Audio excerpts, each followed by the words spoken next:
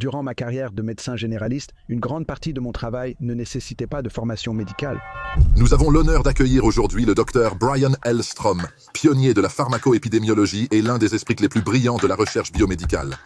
En tant que premier chancelier de Rutgers Biomedical and Health Sciences et vice-président exécutif pour les affaires de santé à Rutgers, le Dr Strom a redéfini les systèmes de santé.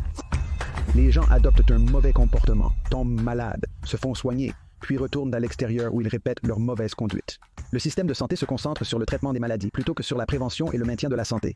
Le nombre de machines imagerie par résonance magnétique est excessif. Nous n'avons pas besoin de tant de scanners, mais plutôt que les gens réfléchissent davantage. Avec plus de 650 articles, 7,1 kg et 275 projets de recherche révolutionnaires, ses contributions lui ont valu une reconnaissance internationale, de la définition de l'avenir des soins de santé à la lutte contre les défis mondiaux. Préparez-vous pour cette conversation extraordinaire.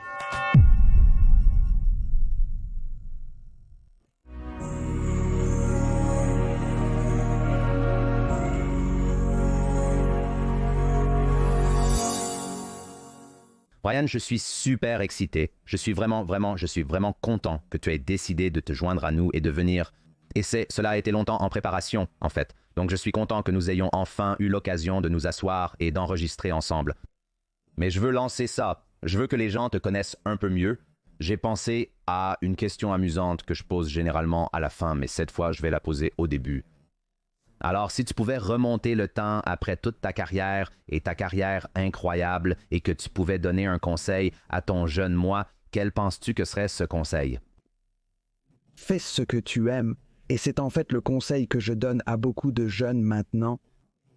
En médecine, les gens ont tendance à regarder le prochain travail et à dire que c'est peu importe le niveau hiérarchique, que ce soit le chef de division ou le président du département, c'est là que je dois me rendre.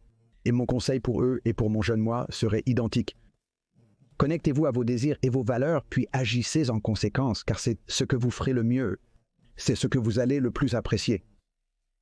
Ce n'est que quelques années auparavant qu'un des jeunes ici à Rutgers a créé une page Wikipédia pour moi. Et ce n'est qu'après qu'ils l'ont fait que j'ai vu que chaque poste que j'ai jamais occupé, j'ai été fondateur ou inaugural de quoi que ce soit. Je n'ai jamais occupé un poste existant, je les ai tous créés en cours de route. Mon conseil, ne faites pas ce que vous pensez devoir faire. Faites ce qui vous touche, ce que vous appréciez, et faites ce que vous voulez faire. C'est tellement fascinant, c'est tellement entrepreneurial. Personnalité qui ferait cela. Donc tu me dis, donc tout au long de votre carrière, vous avez créé les postes dans lesquels vous êtes entré. Chacun d'eux. Ce que je n'ai réalisé que depuis quelques années, et c'est intéressant que vous commentiez sur l'entrepreneuriat réel. Mon père est un petit homme d'affaires à New York. Parenthèse, j'avais 2 frères. Il a essayé d'en faire venir un plus âgé, un plus jeune. Il a essayé de faire venir chacun des 3 d'entre nous dans son entreprise en nous surpayant pour un été. Nous avons tous détesté ça et aucun de nous ne s'y est lancé. Mais j'ai grandi avec le sens des affaires et maintenant je dis souvent que j'aimerais que mon père puisse le voir maintenant. Et maintenant, je dirige une entreprise de 2,3 milliards de dollars et c'est très entrepreneurial. Quand je suis entré ici, c'était un désastre. Auparavant, nous étions en déficit important. Désormais, nous sommes la seule partie de l'université à être rentable. Nous dégageons de larges marges, on ne peut pas dire des bénéfices, mais des marges de contribution chaque année. Notre monde est entrepreneurial dans le secteur de la santé. Et oui, donc c'est intéressant. Je ne me suis jamais considéré comme un entrepreneur jusqu'à ce que vous me le demandiez. Non, vous êtes définitivement, je pense que, écoutez, si quelqu'un est entrepreneurial, et j'aime vraiment ce que vous avez dit sur les conseils à votre jeune moi et aux étudiants en médecine, et pas seulement faire ce qu'ils pensent devoir faire ensuite, parce que les leçons apprises dans un domaine parallèle tout le reste dans la vie, c'est tellement intéressant. Puis tant de gens ont l'impression qu'ils doivent se lancer dans l'entrepreneuriat parce que c'est cool. Et ils ne veulent pas construire au sein d'une entreprise. Ils ne veulent pas trouver des moyens d'être innovants au sein d'une entreprise. Si vous regardez certains des employés de NVIDIA, je veux dire, ils ont gagné beaucoup d'argent en étant très entreprenants, innovants au sein d'une entreprise. Et ils n'ont pas eu à prendre le risque de créer leur propre affaire ou tout le stress ou toute la lutte Ils ont simplement construit au sein d'une entreprise. Donc je pense que peut-être il ne faut pas toujours suivre le chemin que vous pensez être tracé ou la soi-disant bonne manière. Je crois que c'est en réalité une excellente leçon. J'apprécie vraiment beaucoup cela. Pouvez-vous me guider maintenant que vous avez commencé? Donc, votre passé, on vous a payé pour votre père a essayé de vous soudoyer pour travailler dans son entreprise familiale. Oui, disons simplement appeler un chat un chat. Oui, c'est ça. Oui, alors quelle était l'affaire? Pourquoi ne l'aimiez-vous pas? Pourquoi n'était-ce pas aligné? Où vous êtes-vous retrouvé en tant que jeune Brian? Il était donc propriétaire à New York et gérait des immeubles à loyer contrôlé. Et je trouvais simplement que c'était ennuyeux. C'était sans intérêt. Il faisait tout lui-même. Il n'avait pas d'employés ni d'aide. Ce n'était tout simplement pas le genre de monde dans lequel je voulais vivre. Mais quand vous pensez à la médecine, il y a tellement de voies vers la médecine. Et comment avez-vous suivi votre propre conseil et ne pas suivi la voie que tout le monde a prise? 5 août, vous savez, je suis allé à l'université dans les années 60, fin des années 60. C'était l'époque de 5 Émile. Le mot tendance de notre génération était la pertinence. Et j'ai commencé l'université en me spécialisant en mathématiques et physique, mais j'ai finalement réalisé que ce n'était pas pertinent pour moi. Je voulais quelque chose plus concret et plus orienté vers l'humain. J'ai changé pour la psychologie, bien qu'à cette époque, ce n'était pas une science rigoureuse. C'est le cas maintenant, mais ce n'était pas le cas à l'époque. Et finalement, je suis tombé dans un domaine, la biophysique moléculaire et la biochimie, où à l'université où j'étais l'un des premiers à me spécialiser dans ce domaine interdisciplinaire. Mais je l'ai découvert comme quelque chose de biologique, scientifique et rigoureux qui couvrait en quelque sorte le sujet, qui couvrait en quelque sorte les bases, et j'ai décidé que je voulais me lancer dans la médecine pour appliquer la science afin de pouvoir aider les gens. Mais aussi, j'étais intéressé par la politique, et j'étais intéressé par la politique de ce point de vue. Et je savais dès le début que je voulais faire de la recherche liée à la politique. J'ai donc un peu combiné cela en médecine, mais je suis entré en médecine d'une manière un peu inhabituelle. Quand j'ai commencé à l'école de médecine, on vous apprend à utiliser ce médicament à cette fin, mais quelle est la base de cela? Vous consultez un manuel qui fait référence à quelque chose. Vous regardez en arrière, à quoi cela fait-il référence? À d'autres manuels. À quoi cela fait-il référence? À d'autres manuels. Il n'y avait aucune base pour beaucoup de ce que la médecine faisait. Il n'y en a toujours pas. La médecine est autant un art qu'une science. Et la formation en médecine est vraiment un apprentissage. Avez-vous déjà été à Colonial Williamsburg? La médecine et la pharmacie étaient la même profession à cette époque. Où vous travailliez dans la pharmacie comme un plombier, comme un charpentier pendant des années interminables, en étant traité comme de la saleté jusqu'à ce que vous obteniez votre certification. Puis, en progressant, vous infligez cela à d'autres. La pharmacie est devenue un domaine plus académique, se séparant de cela. La médecine fait toujours des stages et des résidences et a très largement le même type de formation où vous apprenez du professeur plutôt que de regarder ce qui a du sens scientifiquement. Et donc, je voulais contribuer à la science, mais aussi à une science liée à la politique. Donc, pendant mes études de médecine, j'ai passé l'été à travailler. J'ai trouvé un programme dans notre école de santé publique. Un professeur d'une école de médecine était également membre de l'Assemblée législative de l'État. Je suis allé le voir et je lui ai demandé qu'est-ce que je peux faire en termes de recherche qui pourrait vous aider en termes de politique. Et il venait de faire passer une loi appelée loi anti-substitution. C'était la première loi de ce type adoptée aux États-Unis. Tous les 50 États en ont maintenant. La loi stipule que si vous prescrivez un médicament par son nom de marque, la pharmacie doit délivrer cette marque et non un générique. Et il a dit « Pourquoi ne pas étudier l'impact de cela ?» Ce que j'ai fait et publié un certain nombre de documents à ce sujet. Cela m'a intéressé aux médicaments, aux produits pharmaceutiques. Et encore une fois, en appliquant des méthodes scientifiques rigoureuses pour pouvoir étudier les effets des produits pharmaceutiques dans un domaine qui est finalement devenu le genre de retour dans un domaine que nous avons ensuite appelé épidémiologie des médicaments. Nous l'avons finalement renommé pharmacoépidémiologie parce que les gens disaient « Oh, épidémiologie des médicaments, vous étudiez l'héroïne. » Non, pas exactement. Oui, des médicaments sur ordonnance. Et c'était vraiment une sorte de scientifique essayant d'utiliser les méthodes de l'épidémiologie dont personne ne savait ce que c'était avant la pandémie. Nous portions des t-shirts disant « Non, je ne suis pas dermatologue. » Maintenant, les gens savent ce qu'est l'épidémiologie, mais en utilisant les méthodes de l'épidémiologie pour étudier les effets des médicaments sur un grand nombre de personnes, généralement des réactions indésirables, car normalement, lorsqu'un médicament est approuvé pour un marché, vous savez qu'il est efficace. Il est étudié chez 500 à 3000 patients, c'est tout ce qu'il faut pour le faire. Cela signifie que même si le médicament provoque des effets indésirables rares mais très graves, il peut tuer des gens sans que vous ne le sachiez avant sa commercialisation. Et donc, ce n'est qu'une fois qu'il arrive sur le marché et que vous pouvez étudier un grand nombre de personnes que vous finissez par connaître les véritables effets d'un médicament. Eh bien, j'allais dire, entendre cela, c'est très effrayant. Mais votre objectif dans la vie était évidemment d'influencer la politique, et pas seulement d'influencer la politique, mais je suppose que je veux comprendre, quand vous regardez ce processus en tant que jeune personne entrant en médecine, je comprends que vous voulez influencer la politique pour les bonnes raisons.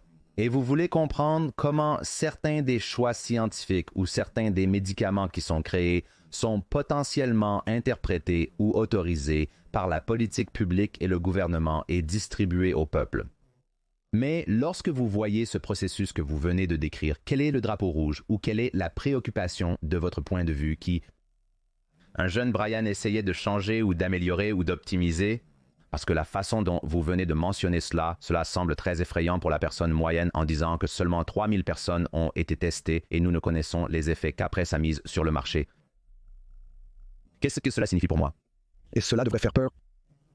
Comme je le dis souvent dans la presse, tous les médicaments sont des poisons. Par définition, nous les donnons pour interférer avec le système normal du corps. Ils seront des poisons, ils feront du mal. C'est juste qu'ils font aussi du bien, et donc vous prenez une décision clinique que le bénéfice vaut le mal. Les produits naturels et les plantes médicinales, entre parenthèses, n'ont jamais été prouvés pour être bénéfiques. Ainsi, leur tort n'est pas compensé par un bienfait.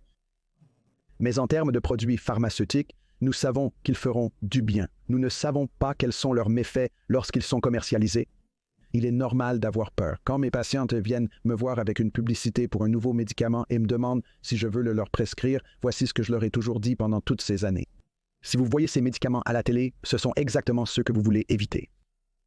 Les gens ne connaissent pas encore les effets de ces médicaments. Si j'étais convaincu qu'ils étaient nettement supérieurs, je vous les aurais déjà prescrits. De plus, laissons le monde expérimenter sur d'autres et découvrir les véritables effets de ces médicaments.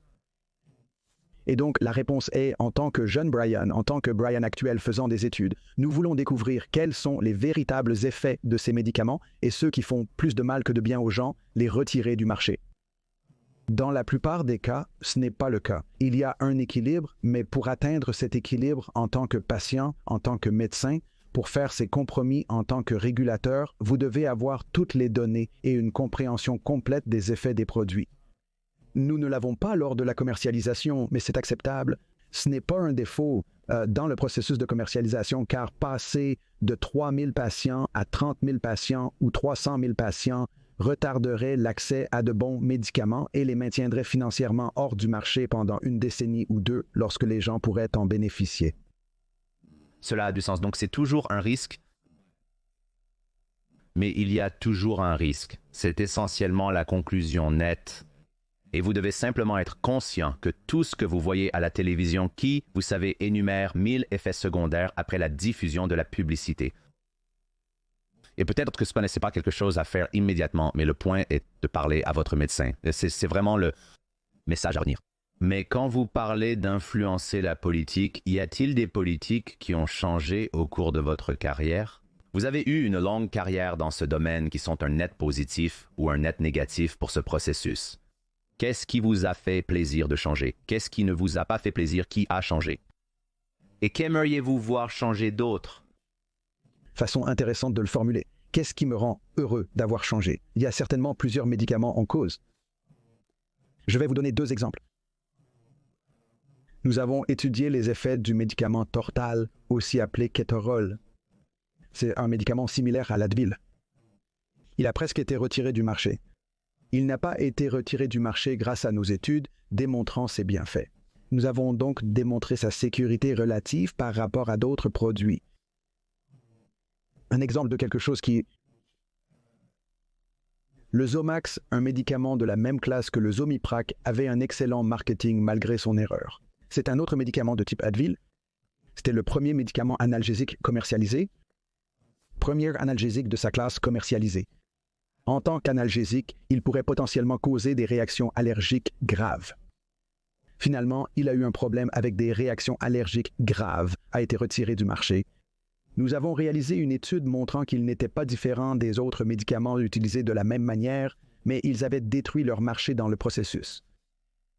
Un autre exemple, non basé sur les médicaments, pendant 50 ans, l'American Heart Association et l'American Dental Association ont recommandé que les personnes présentant des anomalies des valves cardiaques, ce qui inclut jusqu'à 10% de la population si elles peuvent avoir des soins dentaires, prennent des antibiotiques avant les soins dentaires.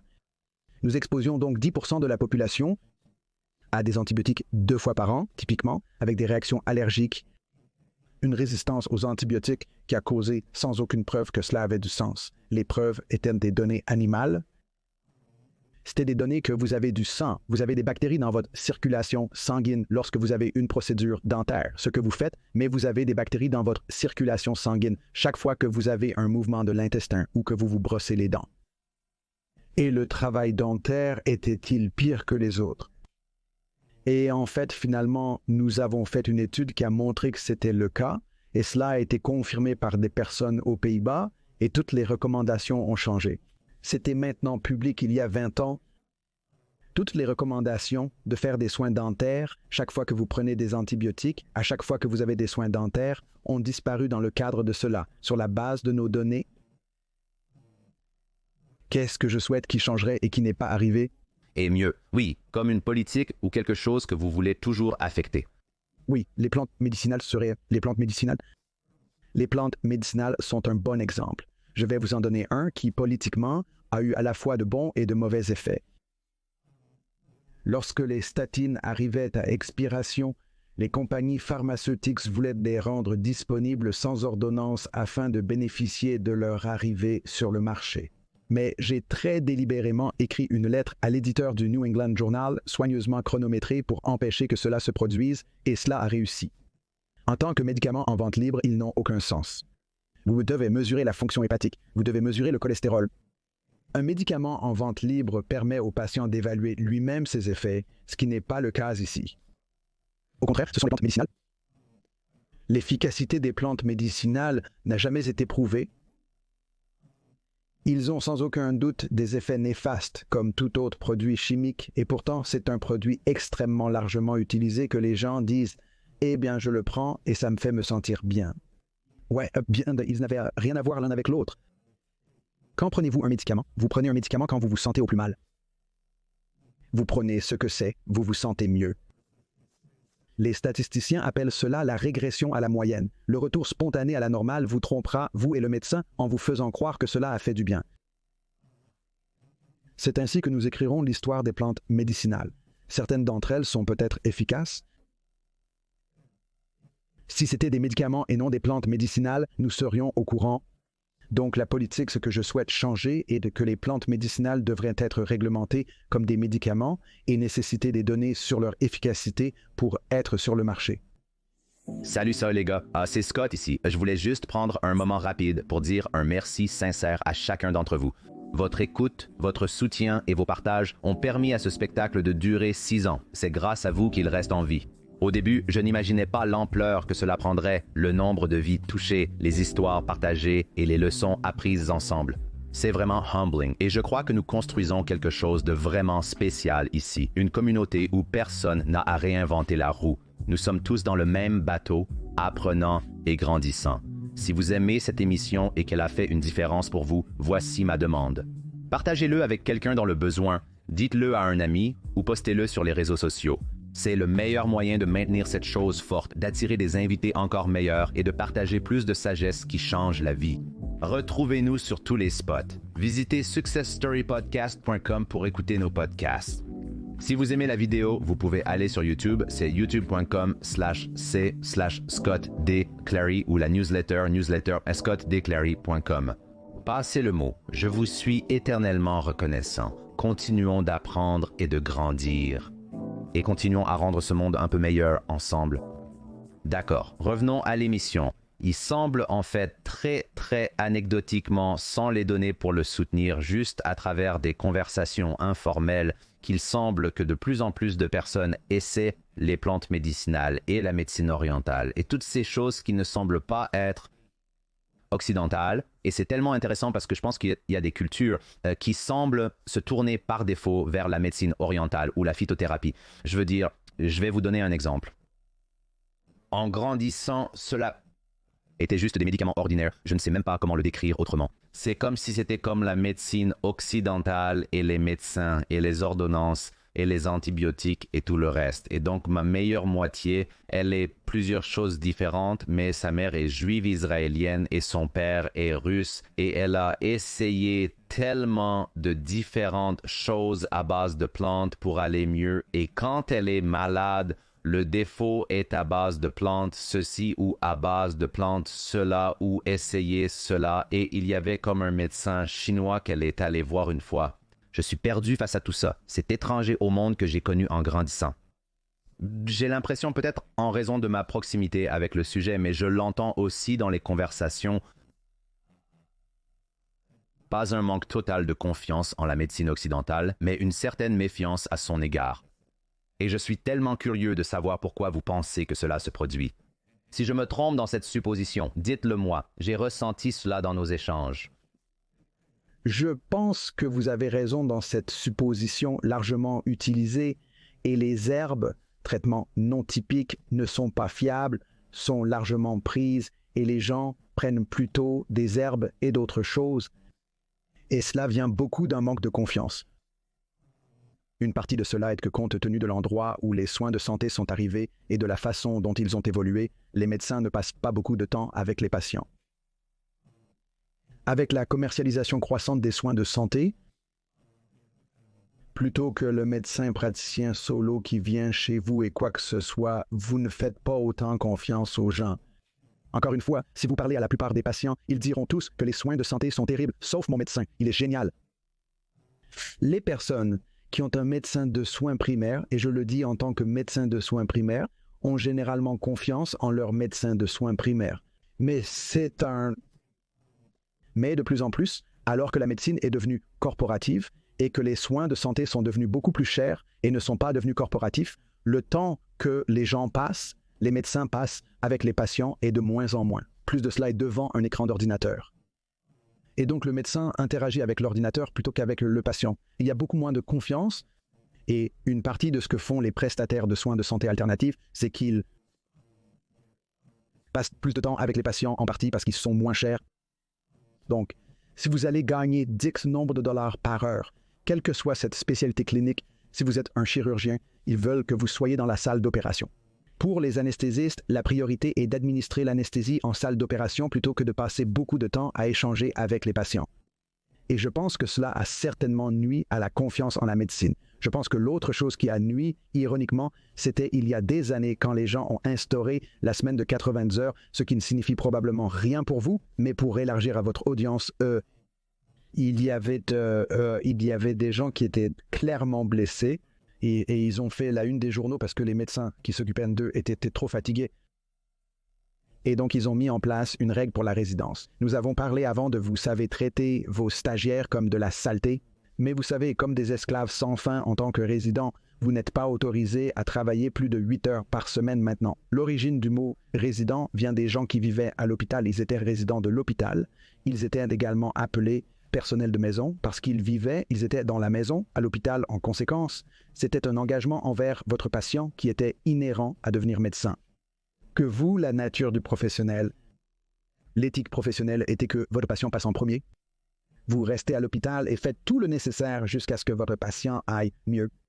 La semaine de 80 heures, la règle imposée par peur que les gens soient trop fatigués, a transformé les médecins en naufrageurs. Qu'à la fin de vos 80 heures, vous devez partir ou le programme est pénalisé en accréditation. Cela a donc complètement changé le caractère de la médecine et de nos stagiaires avec cela.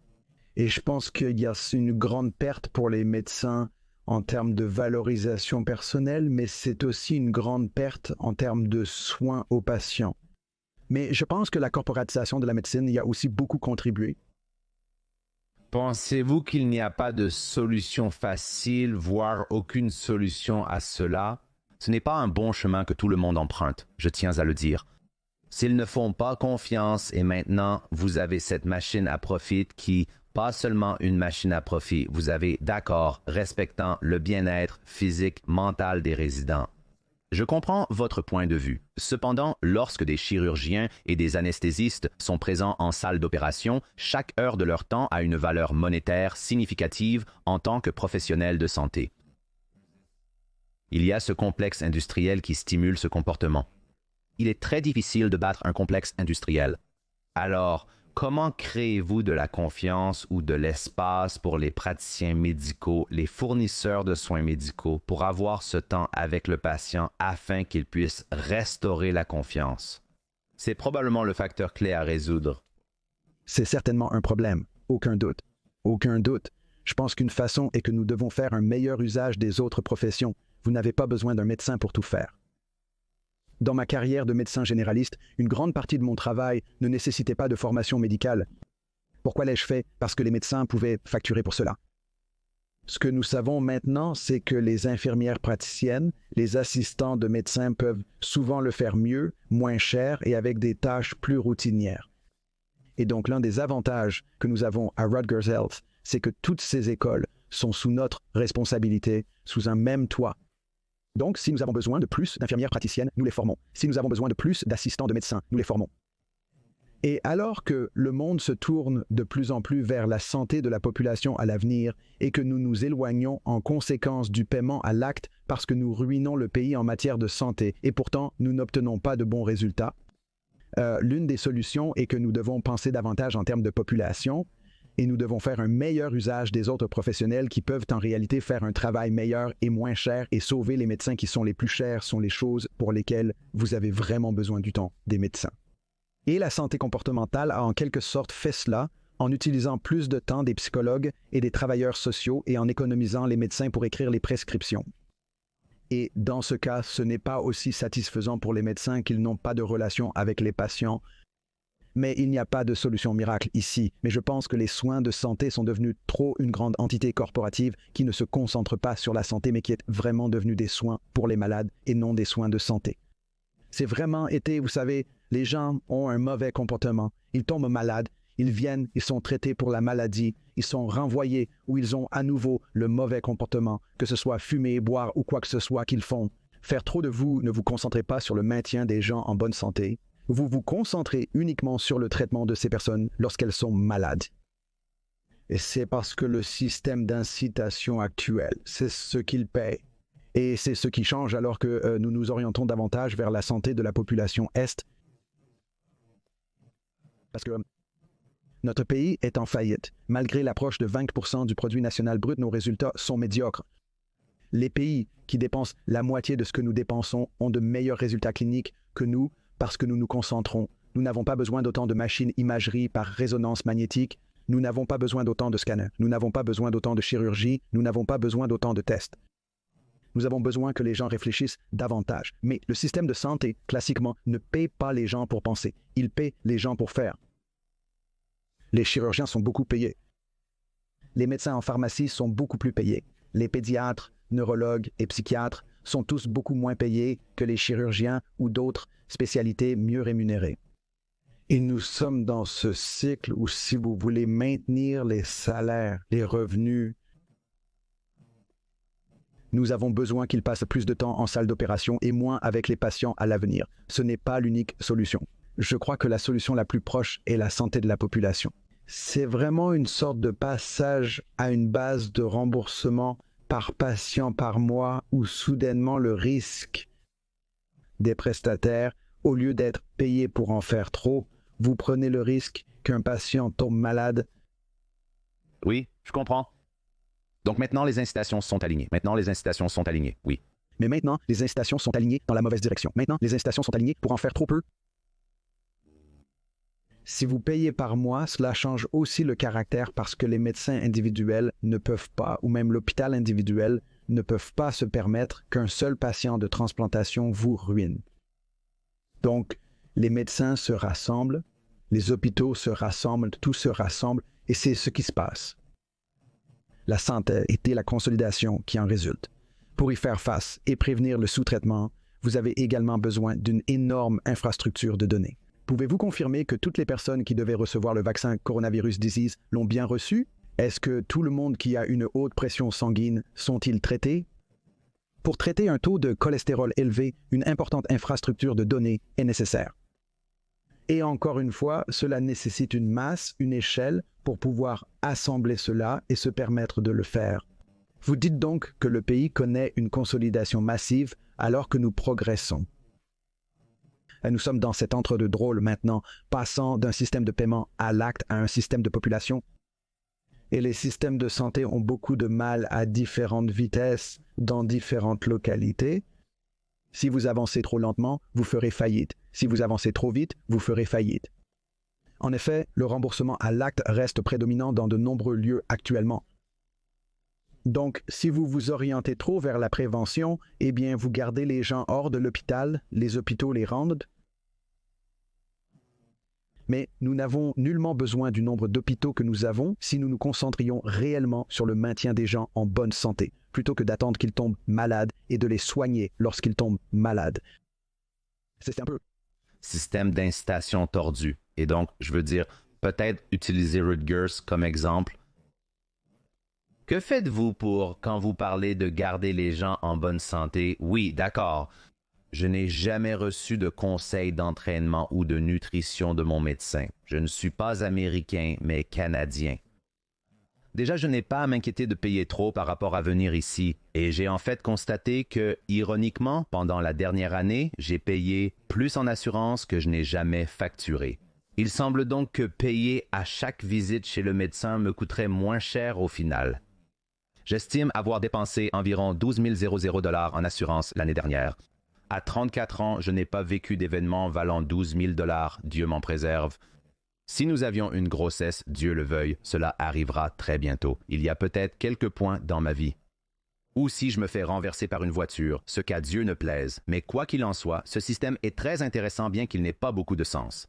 Et c'est tellement drôle parce que même quand je parle à mes amis ici, ils ne le comprennent pas non plus, même s'ils ont été américains toute leur vie. Ils sont toujours confus par tout le système d'assurance, mais ce n'est pas le sujet. Dans tous les systèmes dont j'ai fait partie, l'accent n'a jamais été mis sur la prévention ou le bien-être.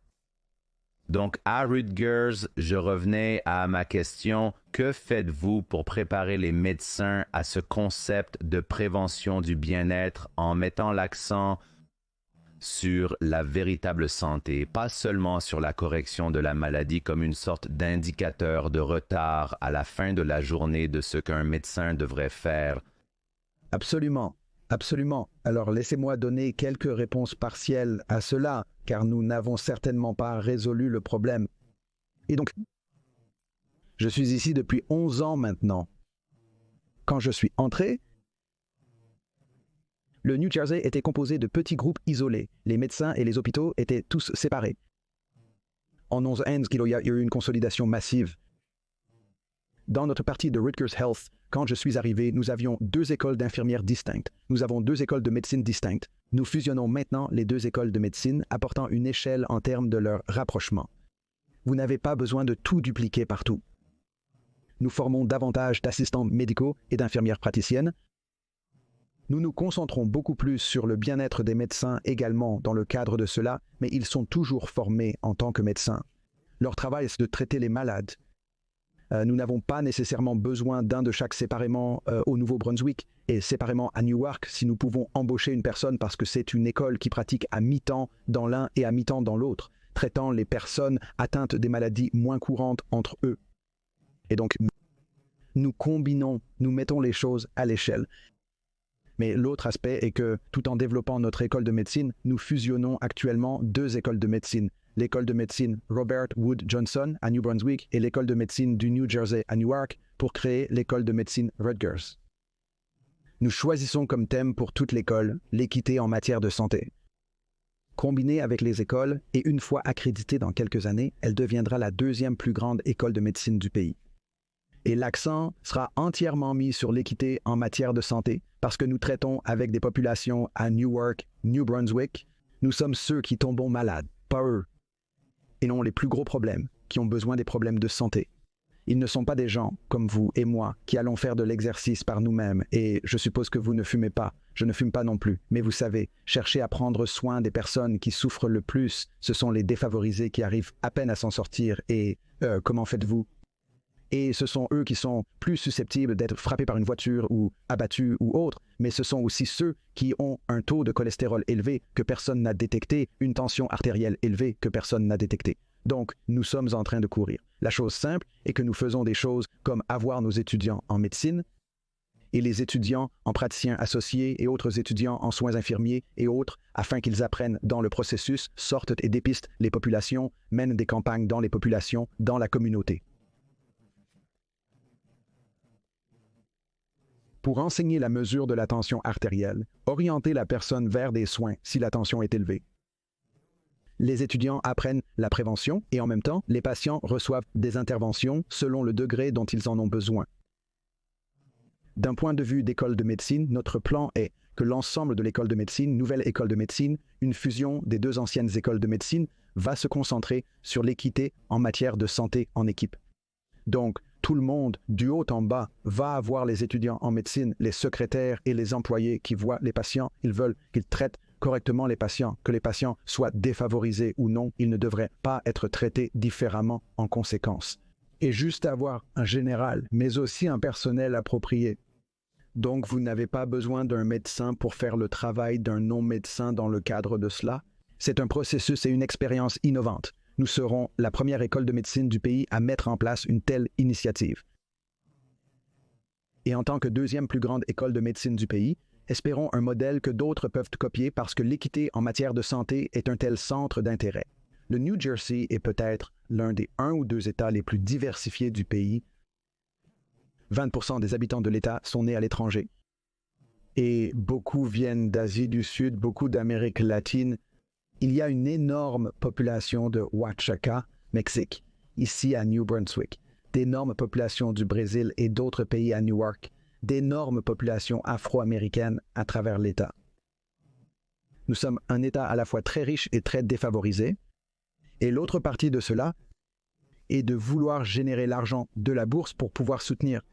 Actuellement, une personne issue de milieux défavorisés, malgré sa motivation et son intelligence, ne peut pas se permettre d'aller à l'école de médecine en raison de sa pauvreté. Nos étudiants en médecine sont diplômés avec une dette de 200 000 $. Certains de nos étudiants ont une dette de 400 000 $. Vous n'attirez pas les gens vers la médecine qui viennent de milieux pauvres, si c'est le cas. Et donc, ils ne retourneront pas dans ces communautés si ce ne sont pas les milieux d'où ils viennent. Ils sont aussi moins enclins à choisir des domaines peu lucratifs. Ils souhaiteront devenir chirurgiens ou autres pour gagner davantage. Et ils sont également moins susceptibles de rester dans le New Jersey, qui est un État coûteux pour vivre. Donc, vouloir mobiliser les ressources pour pouvoir attirer des personnes, des étudiants de ces populations fait partie de ce que nous voulons faire. Et encore une fois, voulant que toute l'école aille de l'avant en se concentrant sur l'équité en matière de santé comme objectif. Un autre exemple différent, nous avons, l'une des choses que Rutgers a, c'est beaucoup d'étudiants. Nous avons 70 000 étudiants et nous avons un programme où nos étudiants de premier cycle sont très impliqués dans l'apprentissage par le service à travers l'État. Qu'est-ce que c'est? Oui. Ou en tant qu'étudiant, vous suivez un cours qui fournit vraiment un service. D'un point de vue santé, nous avons reçu des centaines de candidatures d'étudiants qui partagent cette perspective. Jusqu'à présent, nous n'avons pu le faire qu'avec environ 40 d'un point de vue financier. Les étudiants viennent principalement du New Jersey et certains des étudiants de premier cycle, en particulier, viennent de zones plus pauvres où, comme travail d'été, ils obtiendront des crédits de cours et seront payés pour retourner dans leur communauté et dépister la pression artérielle, dépister le diabète, dépister. En éduquant les étudiants, les parents et la communauté, vous les sensibilisez tous. Les étudiants reçoivent des crédits pour cela, ainsi qu'une rémunération pour cela et un apprentissage par le service, de sorte qu'ils aident la communauté tout en le faisant. Et l'une des choses que j'aimerais faire, nous n'avons pas encore réglé cela, c'est d'attribuer aléatoirement les différents comtés du New Jersey afin que les étudiants des différents comtés fassent différentes interventions. Ils rentreraient chez eux pendant l'été et un comté se concentrerait sur l'arrêt du tabac, un comté se concentrerait sur le traitement du cholestérol, un autre se concentrerait sur le traitement de l'hypertension, et ensuite vous auriez des mesures faciles à prendre. Vous les avez répartis au hasard dans les différents comtés. Tous devraient en bénéficier, mais vous regardez, comme le tabagisme du comté d'X s'est amélioré plus que celui du comté X, ou la pression artérielle du comté X s'est améliorée plus que celle du comté d'X. Et donc, nous pourrions étudier le véritable bénéfice clinique, le bénéfice pour la santé de ce type d'intervention.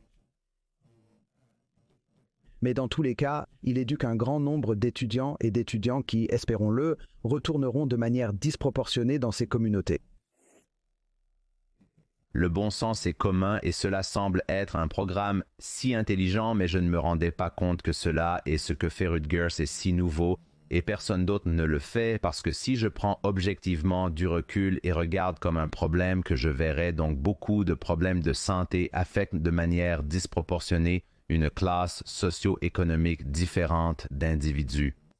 Et puis cela se transforme presque en un cercle vicieux car maintenant vous avez cette classe qui surcharge le système de santé local, qui n'a déjà pas les ressources pour y faire face, ce qui va alors causer encore plus de problèmes pour cette classe particulière ou ce segment de la population.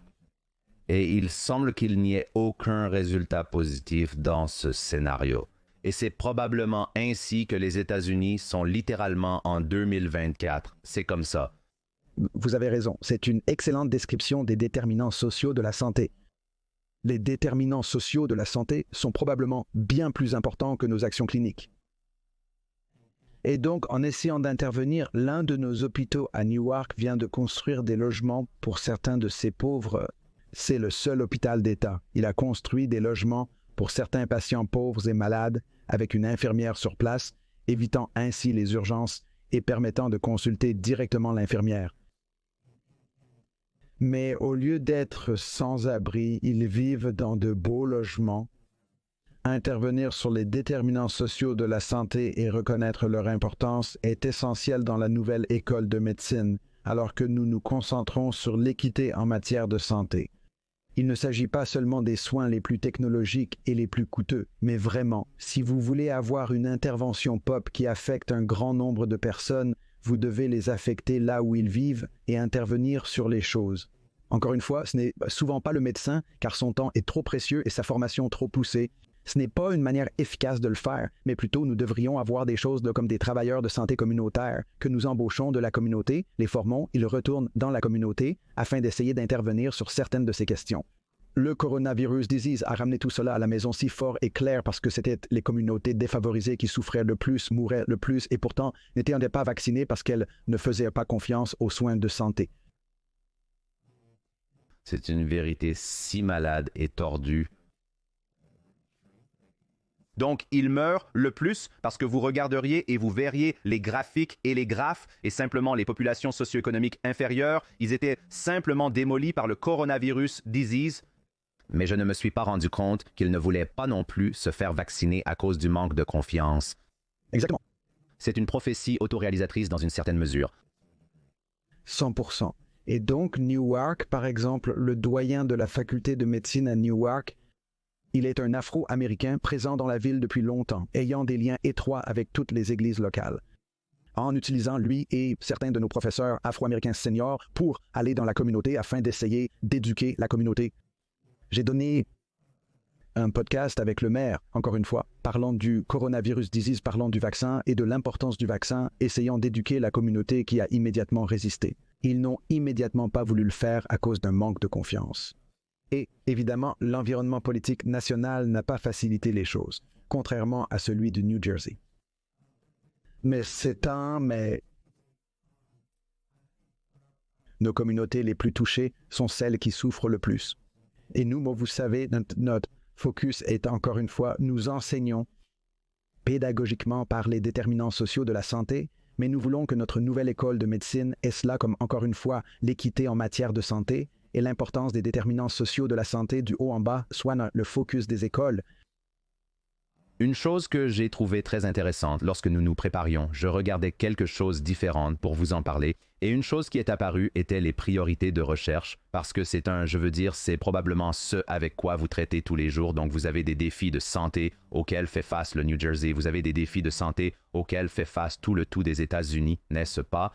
Mais vous devez déterminer quelle zone prioriser, mais il y a de l'influence et de l'argent, et il y a des gens qui veulent que certaines choses soient étudiées, et il y a des gens qui se fichent d'autres choses. Alors, comment équilibrez-vous toute l'influence, toutes les initiatives? Je veux dire, peut-être même comme le décrire. Qui influence ce que vous recherchez et ce que vous ne recherchez pas si ce n'est pas seulement vous et votre équipe? Oui, donc directement, ce n'est pas moi et mon équipe, car nous sommes un centre académique. Les professeurs sont libres d'étudier et de faire ce qu'ils souhaitent. L'influence de l'Institut national de la santé vient en partie de son pouvoir de décision sur les priorités de financement. Mais la plus grande façon dont nous l'influençons est qui nous recrutons et qui nous embauchons, et recruter des personnes qui voient cela comme une priorité. Un membre de notre faculté, une superstar, s'intéresse grandement à la recherche orientée vers la communauté. Durant la pandémie de coronavirus disease, elle consacrait son temps à la recherche engagée auprès de la communauté, cherchant des moyens de les impliquer davantage. À vouloir se faire vacciner, à vouloir être traité correctement, et en recrutant les bonnes personnes, vous changez de focus. Maintenant, encore une fois, l'école ne sera jamais prestigieuse si elle ne fait pas aussi les choses de haute technologie et les transplantations, mais en s'assurant que nous recrutons des personnes qui se concentrent sur les déterminants sociaux de la santé. Et l'une des choses qui m'a frappé en venant ici, quand j'ai fait mon premier plan stratégique, maintenant, vous savez, je suis ici depuis 11 ans. Je veux dire, j'ai écrit un plan stratégique il y a environ 10 ans, 9 à 10 ans. La moitié de nos professeurs avaient pour principal intérêt l'engagement communautaire. C'est frappant que ce soit si élevé. Encore une fois, nous sommes l'Université d'État du New Jersey et notre corps professoral se soucie vraiment de ce genre de choses. Et pourtant, peu d'entre eux étaient des chercheurs qui faisaient des recherches à ce sujet. Ils étaient cliniciens ou autres. Donc, une autre façon de gérer cela est de prendre certaines de ces personnes qui sont vraiment talentueuses et qui se soucient vraiment de cela et de les former. Alors, je vais vous donner un exemple anecdotique. Un de mes protégés vient d'un milieu très pauvre dans le sud du New Jersey, bourse Pell, drogue, alcool dans sa famille. Il pensait devenir joueur de baseball professionnel, mais au lycée, il s'est blessé au bras. Il ne s'est pas rendu compte que le problème pouvait être réglé. Il a agi comme un idiot. Déprimé, il a abandonné le lycée. Ils ont eu beaucoup de problèmes avec la loi entre-temps.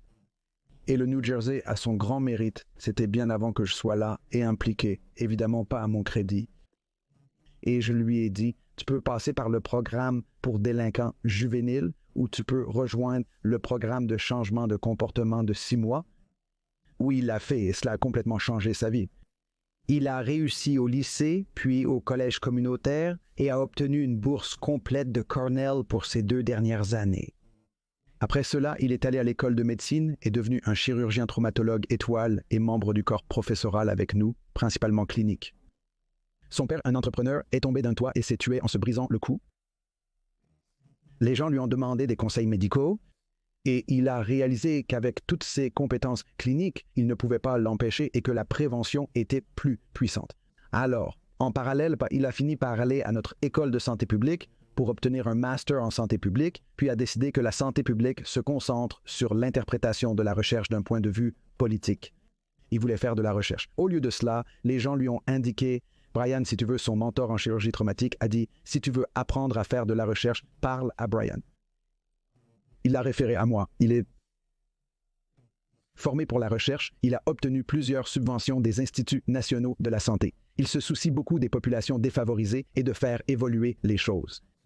Ainsi, la formation nous permet d'orienter la recherche des gens. S'ils se soucient correctement, nous pouvons orienter la recherche en fonction de qui nous recrutons dans le domaine. Nous ne pouvons pas leur dire quoi faire à cause de la liberté académique. Ne subissez-vous pas beaucoup de pression de la part des entreprises pharmaceutiques pour effectuer des recherches sur certains médicaments?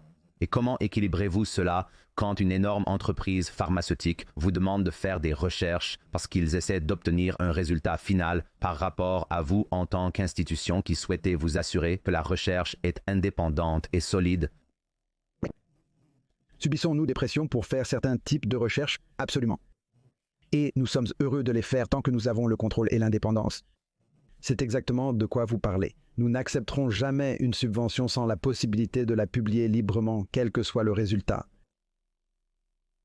Donc, s'ils viennent à nous pour faire une étude, ils prennent le risque que peu importe le résultat, il sera publié parce que c'est complètement vrai. Est-ce que... Sans nommer de nom, cela dérange certaines personnes qui viennent à vous, n'est-ce pas? Oui, ils refusent de nous financer. Des entreprises qui ne nous financeront pas? Vraiment? Des non-connus ne vous financeraient pas? Parce qu'ils sont inquiets à l'idée que ce ne soit pas bon? Cependant, ils se tournent vers d'autres organisations de recherche contractuelles où ils peuvent exercer un contrôle. Les résultats montrent que des entreprises, notamment pharmaceutiques, pour lesquelles je fais du consulting, doivent comprendre dès le départ s'il s'agit de consulting ou d'une démarche académique. Dans le cas du consulting, les résultats restent privés et ne peuvent être publiés. Je les conseille souvent pour concevoir leurs études. Ils disent que vous avez publié cela, mais la réponse est non, car vous n'avez pas pris le risque d'être transparent à ce sujet dès le départ. Donc, la véritable liberté académique et la transparence sont d'une importance cruciale pour tous les grands centres académiques du pays. Et c'est la différence entre les organisations de recherche contractuelle et les centres académiques.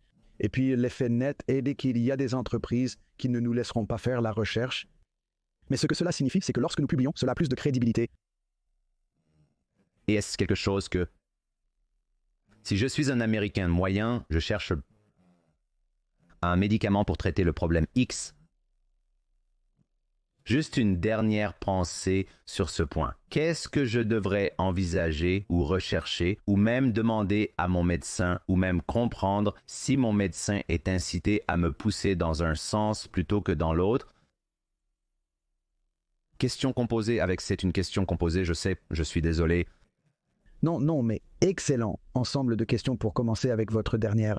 Le conflit d'intérêt de votre médecin est absolument quelque chose à prendre en compte. Et il y a des domaines comme la chirurgie orthopédique ou la cardiologie où ils sont là, plus souvent des conflits parce qu'ils ont développé un nouveau jouet ou une nouvelle hanche ou un nouveau genou et ils veulent seulement utiliser le leur et l'hôpital vous paye par votre assurance.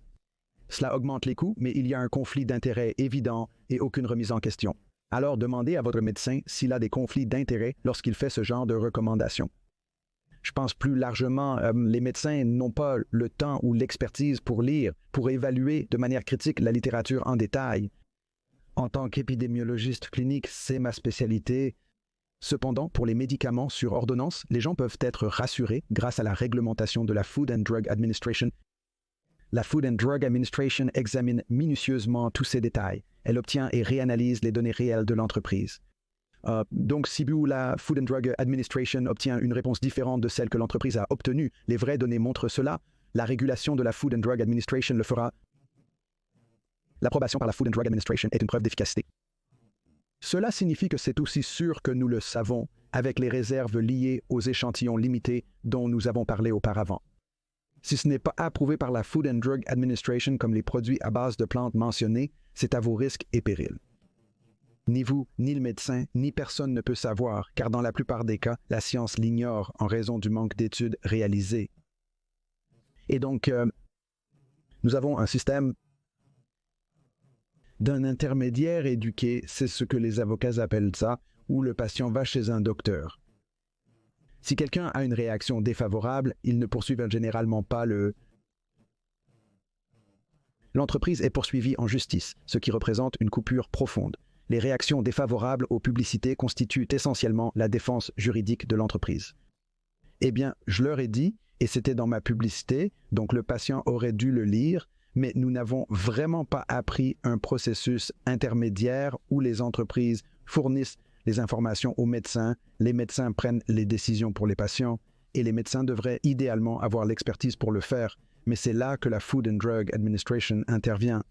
Mais cela revient à mon commentaire sur pourquoi les statines ne sont pas un médicament en vente libre, car ils sont à la fois pour mesurer leur efficacité et leur sécurité, leur réaction indésirable. Vous avez besoin d'expertise médicale et d'accès à des laboratoires pour pouvoir le faire. Lorsque vous avez envisagé de fusionner certaines des deux plus grandes institutions médicales, je veux dire, c'est très difficile à faire. C'était très complexe.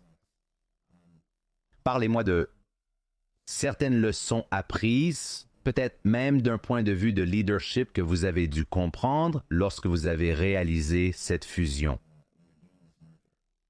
Oui, donc et encore une fois, pour clarifier, ils n'étaient pas les plus grands pour commencer, mais ils seront les plus grands une fois fusionnés. Oui, et ça a été une vraie éducation, oui. Comme les gens me l'ont dit quand je suis venu de Pennsylvanie, le New Jersey n'est pas un État, c'est trois. Le sud, le centre et le nord du New Jersey sont très différents, avec des cultures distinctes et une rivalité entre eux, malgré la petite taille de l'État. Et ici, j'ai proposé ce qui se passe maintenant, la fusion de l'école de médecine de la partie centrale de l'État et de la partie nord de l'État, fusionnant ensemble. Ces deux groupes représentent 75% de la population de l'État. Mais cela est devenu un peu un ballon de football politique. Cela a engendré beaucoup de rivalité. C'est comme avoir deux enfants et chacun pense que l'autre est le préféré. Pourquoi le faites-vous? Pour leur bénéfice, les habitants de Newark craignaient que nous abandonnions la ville, car l'université est basée à New Brunswick. Et le processus, c'était New Brunswick qui prenait le contrôle de Newark. Ce qui est tout sauf ça, c'est en fait l'effet inverse. Mais c'est un...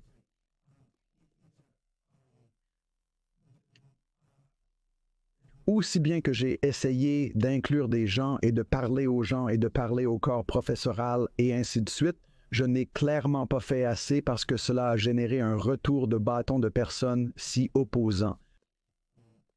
Maintenant, j'ai mieux éduqué notre conseil d'administration qui a voté à l'unanimité pour cela. Maintenant que nos deux doyens travaillent sur la fusion, ils ont eu un engagement très très large. Des centaines de professeurs, d'étudiants, de personnel sont impliqués et l'opposition a fondu. Et donc, il y avait beaucoup de peur que nous allions abandonner un tel. Mon plan de rémunération va changer, entraînant une baisse de salaire. Il y avait beaucoup de désinformation à ce sujet, et aussi longtemps que j'ai passé du temps à essayer de le résoudre, avec le recul, cela n'était évidemment pas suffisant. Mais maintenant que nous sommes dans ce processus et que les deux doyens sont en train de le faire, vous savez, les facultés des deux écoles ne se connaissaient même pas. Ils ne connaissaient pas le programme de l'autre. Ils ne connaissaient pas les processus de l'autre. Ils forment tous les deux des médecins. Lors d'une réunion, ils ont réalisé qu'ils avaient plus en commun que prévu, étant donné qu'ils forment tous les deux des médecins. Des termes et conditions s'appliquent. C'est une ironie qui reflète le monde en général, mais je n'irai pas plus loin. Oui, mais avec beaucoup de résistance, qui a rencontré beaucoup de résistance dans le processus, qui encore une fois a depuis fondu. Et l'ironie avec le souci concernant l'abandon de Newark, la mauvaise préoccupation concernant l'abandon de Newark, nous sommes en train de construire un grand nouveau bâtiment de recherche à New Brunswick qui aura beaucoup d'espace pour les laboratoires et de l'espace pour les entreprises dérivées également, de l'espace incubé pour les entreprises en tant que partie de celui-ci. Ainsi, les laboratoires de l'école de médecine, qui déménageront également à New Brunswick, peuvent créer des entreprises en conséquence. Le bâtiment de l'école de médecine à Newark est vieux et délabré. Nous avions également des plans de rénovation pour cela, mais il est plus facile de construire un nouveau bâtiment et le gouverneur était plus intéressé par cela que de rénover un vieux bâtiment. Mais une partie de ce que nous avons découvert depuis lors en planifiant l'accréditation de la nouvelle école de médecine combinée, les étudiants des deux campus nécessitent une expérience similaire. Cela a donc accéléré la rénovation à Newark. Donc, plutôt que de nous abandonner Newark, le fait de combiner les deux écoles a en réalité aidé. Cela aide Newark et accélère sa rénovation. Et nous ne l'abandonnons certainement pas. Je veux dire, les meilleures écoles de médecine donnent aux étudiants une expérience dans les hôpitaux communautaires, les hôpitaux privés et la sécurité dans les hôpitaux. Nous les avions séparés. Et cela a beaucoup plus de sens, du point de vue d'un étudiant, d'avoir les deux options dans la même école, afin que les gens puissent être formés dans tous les domaines, que l'expertise dans les deux écoles est différente. Les deux écoles sont comparables en taille, mais ensemble, nous aurons une plus grande échelle. Vous savez, la plupart de nos villes ne sont pas assez grandes pour avoir suffisamment de personnes atteintes de maladies rares pour occuper un médecin. Avoir un médecin qui peut exercer dans les deux endroits a beaucoup plus de sens. Auparavant, les gens devaient se rendre à New York ou à Philadelphie pour traiter les maladies rares. Les personnes aisées peuvent se le permettre, bien que ce soit gênant. Cependant, les pauvres n'en ont pas les moyens. Et donc, encore une fois, d'un point de vue de l'équité en matière de santé, cela signifie que nous pouvons mieux répondre aux besoins de la communauté, car nous pouvons répondre aux besoins dans le New Jersey, ce qui est d'ailleurs beaucoup moins cher, car ce n'est pas une assurance hors réseau, et répondre aux besoins des communautés locales et les satisfaire localement. Mon directeur de centre de cancer aime dire que le cancer ne voyage pas bien.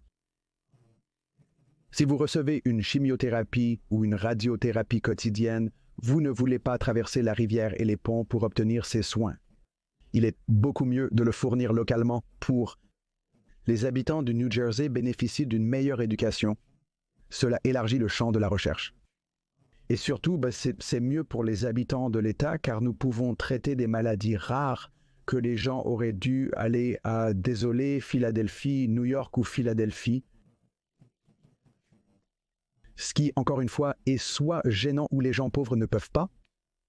Donc, je veux dire, vraiment, ce que j'entends, c'est l'avenir des soins de santé et c'est ce que vous faites au New Jersey, mais cela peut être un modèle que vous pouvez reproduire dans d'autres États. Vous pouvez le reproduire n'importe où, vraiment. Il s'agit vraiment de collaboration interdisciplinaire. C'est vraiment ça. Et c'est tellement étrange que ce ne soit pas le cas actuellement. Oui, interdisciplinaire et interprofessionnel. Ce n'est certainement pas le cas actuellement. Vous avez les chirurgiens, vous avez les internistes, vous avez les cardiologues, vous avez les...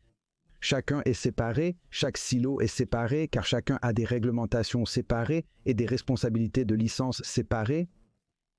Cela n'a pas de sens rationnel. Un cardiologue est une sous-spécialité de la médecine interne.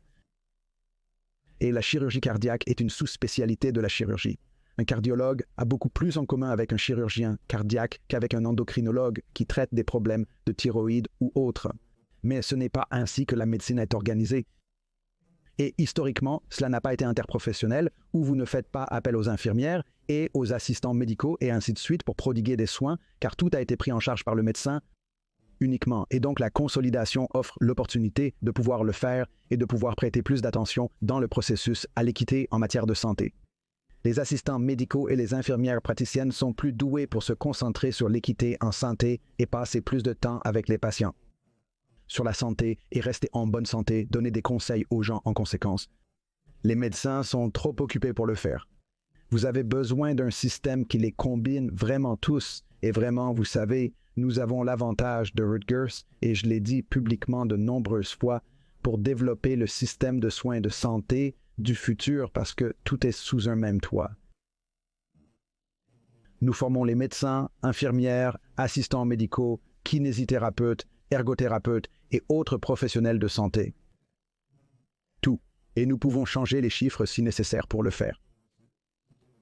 Et c'est une grande expérience pour essayer d'aider à améliorer un système de santé américain très inefficace et pas très efficace en utilisant le New Jersey comme laboratoire. Je veux dire, c'est une expérience, mais juste pour faire écho à votre point, je ne pense pas que l'existant fonctionne très bien. Je ne pense pas que ça fonctionne très bien. En regardant d'autres pays, personne ne voit les États-Unis comme l'apogée des soins de santé. Nous le savons, les statistiques de santé montrent que nous dépensons plus d'argent pour de moins bons résultats. Ouais. En partie, encore une fois, combien de personnes se présentent à un poste de sécurité dans un hôpital à Newark lorsque les premiers soins qu'ils...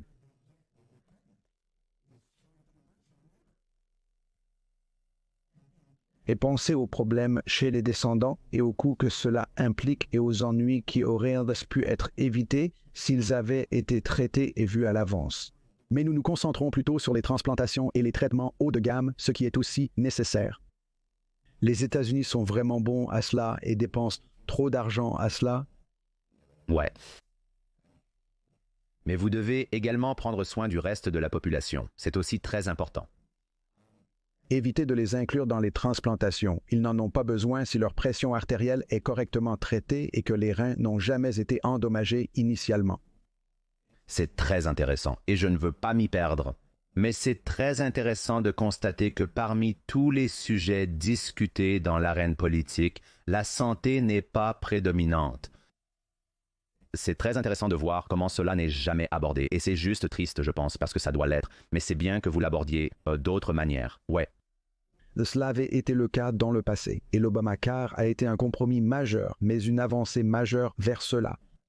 Et puis le président précédent a essayé de défaire cela encore et encore, sans succès.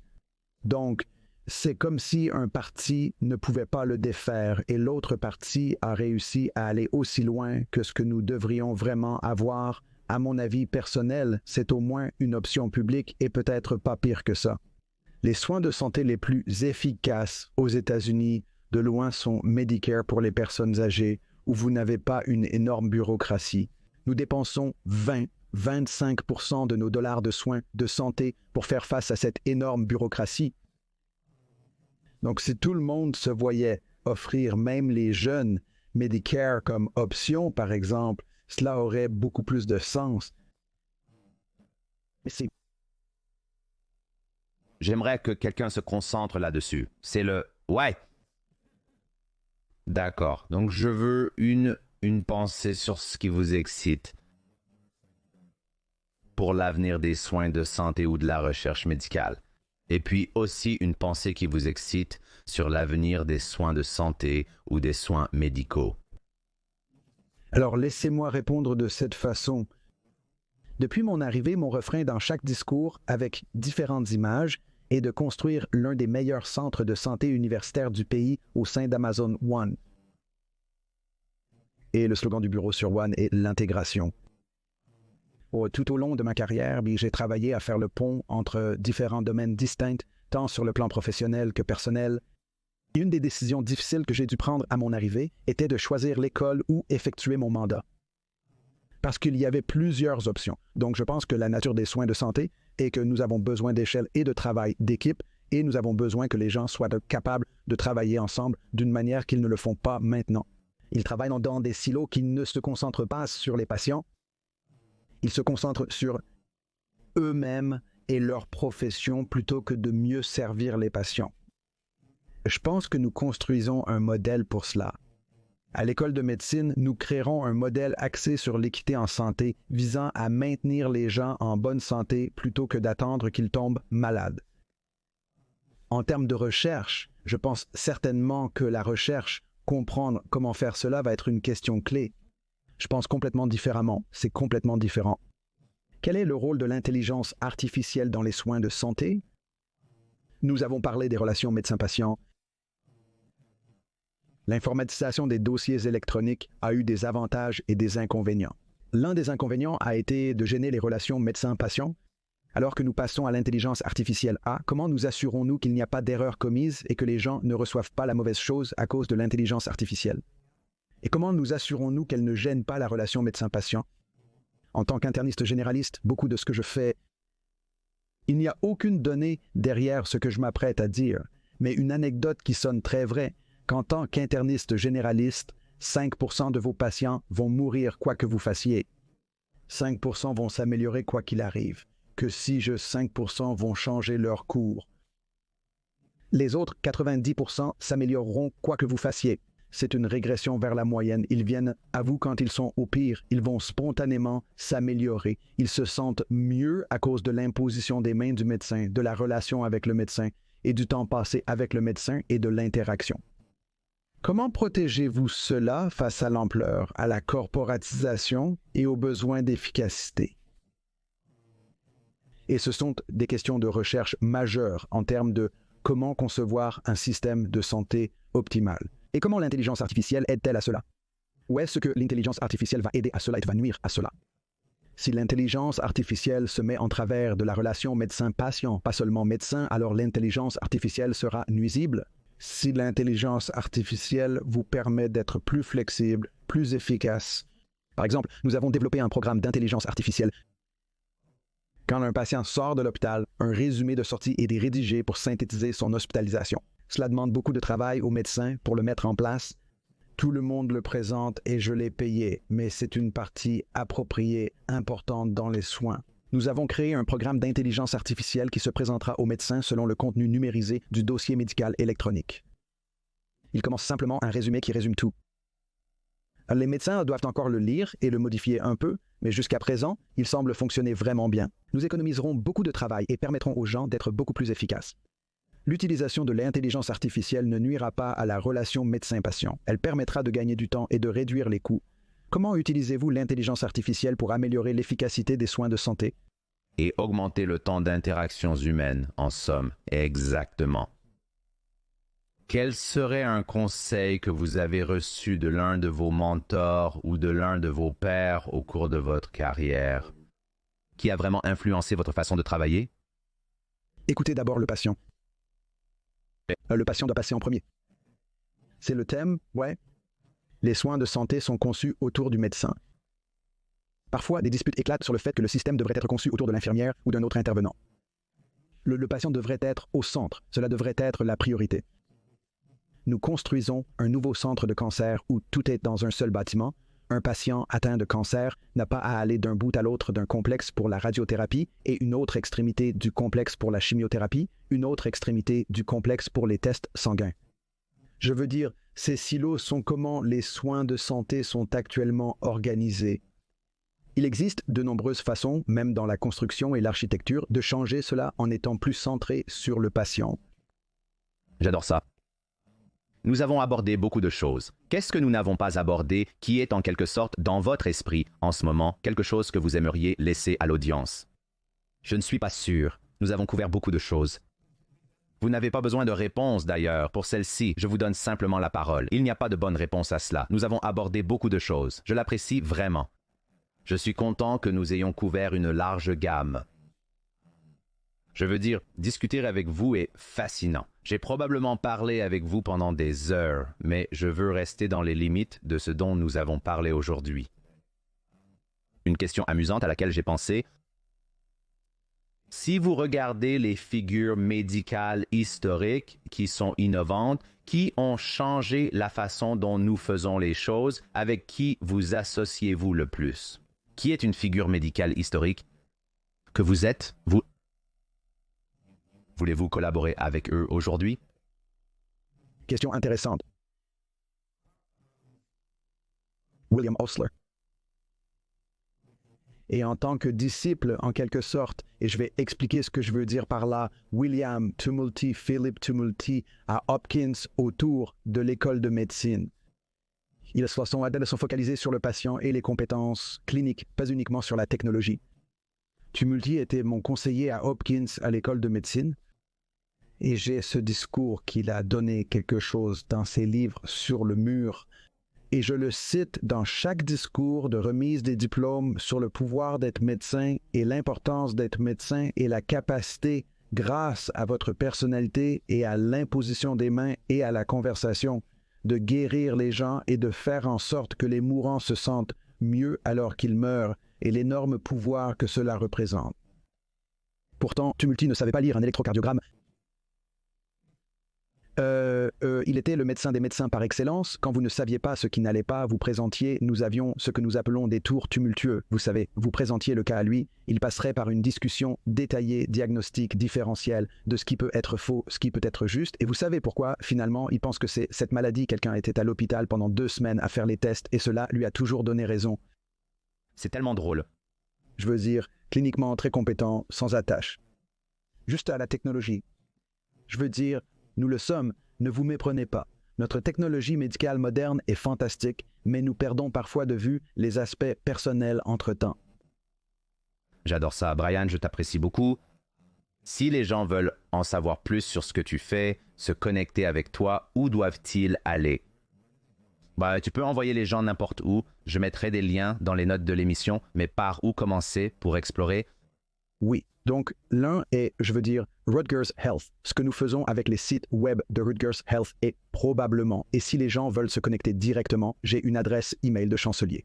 Laisse-moi, je ne sais pas ce que c'est de tête. Non, c'est bien. Et je peux, le voici, chancelier à rbhsrutgers.edu. Donc c'est chancelier à RBHS, Rutgers Biomedical et Health Sciences. Nous avons changé notre nom pour Rutgers Health parce que c'est un meilleur nom, mais notre nom légal est toujours arpeggios.rutgers.edu. Et c'est, vous savez, l'un des messages fondamentaux est que c'est une période très excitante en médecine.